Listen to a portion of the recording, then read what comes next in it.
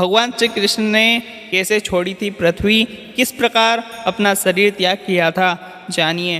नमस्कार दोस्तों, स्वागत है आप सभी का आपके अपने YouTube चैनल स्टोरी वाला में। दोस्तों, आपने अभी तक चैनल को सब्सक्राइब नहीं किया तो अवश्य ही सब्सक्राइब करें और वीडियो को अंत तक जरूर देखें। हिंदू धर्म ग्रंथों के अनुसार भगवान श्री कृष्ण का जन्म द्वापर युग के अंत में हुआ था। भगवान श्री कृष्ण का इस तरह पृथ्वी लोक पर जन्म लेने का उद्देश्य यह था कि समस्त पृथ्वी लोक से अधर्म का नाश करके पुनः धर्म की स्थापना करना। भगवान श्री कृष्ण को विष्णु का अवतार माना जाता है और यह हम सभी जानते हैं कि सृष्टि के पालनकर्ता भगवान विष्णु ही है। लेकिन क्या आपने कभी यह सोचा है कि सृष्टि के पालनकर्ता भगवान श्री कृष्ण की मृत्यु कैसे हुई थी? अगर आपको इस सवाल का जवाब नहीं मालूम है तो आज के इस वीडियो में हम आपको बताएंगे भगवान श्री कृष्ण की मृत्यु से जुड़े हुए रहस्य के बारे में। भगवान श्री कृष्ण की मृत्यु कैसे हुई? यह तो हम सभी जानते हैं कि द्वापर युग में भगवान विष्णु ने श्री कृष्ण के रूप में अवतरित हुए थे।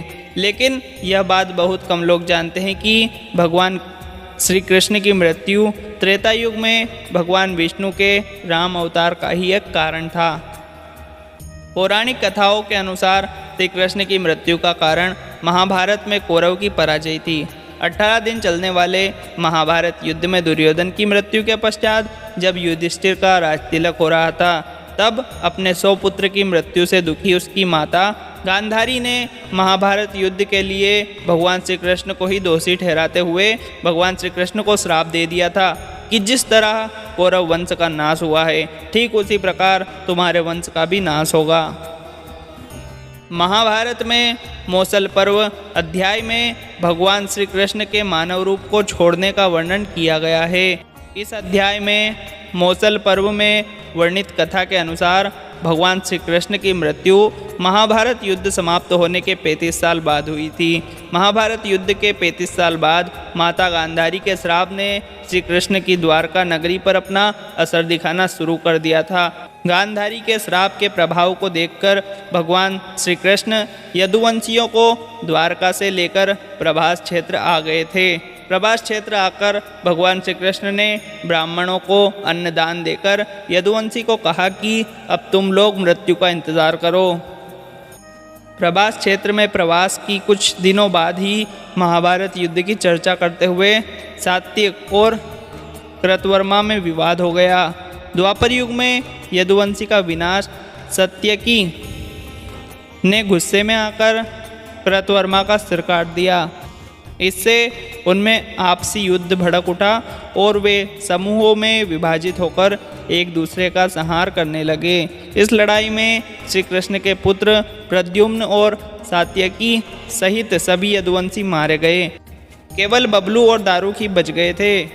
यदुवंशी के नाश के बाद भगवान श्री कृष्ण के ज्येष्ठ भाई बलराम समुद्र तट पर बैठकर एकाग्रचित्त होकर परमात्मा में लीन होकर अपने परम धाम को चले गए।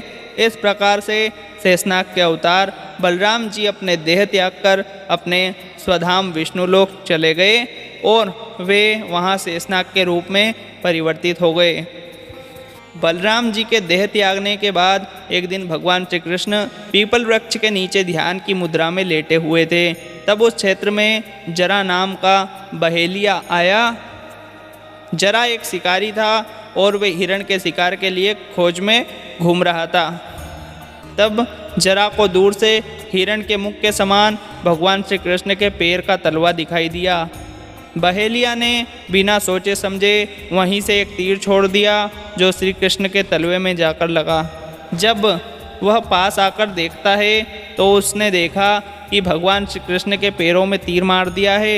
यह देखकर उसे बहुत ही पश्चाताप होने लगा और हाथ जोड़कर भगवान श्री कृष्ण के पैरों में गिर गया और क्षमा मांगने लगा। तब भगवान श्री कृष्ण ने उस बहेलिए को कहा कि हे जरा, तू डर मत, तुमसे कोई भी गलती नहीं हुई है, यह मेरे ही पूर्व जन्म में किए हुए कर्मों का फल है। तब भगवान श्री कृष्ण ने जरा को बताया कि तुम मेरे राम अवतार त्रेता युग में महाराज बाली हुआ करते थे, जो मैंने ही उस समय तुम्हें एक पेड़ के पीछे छुपकर तुम्हारा वध किया था। ठीक उसी प्रकार आज तुमने भी पेड़ के पीछे से बिना देखे मुझे तीर मारा, इसलिए तुमने कोई पाप नहीं किया है। तुम मेरी कृपा से स्वर्ग में वास करोगे। जरा के जाने के बाद वहाँ पर श्री कृष्ण का सारथी दारुक पहुँचा।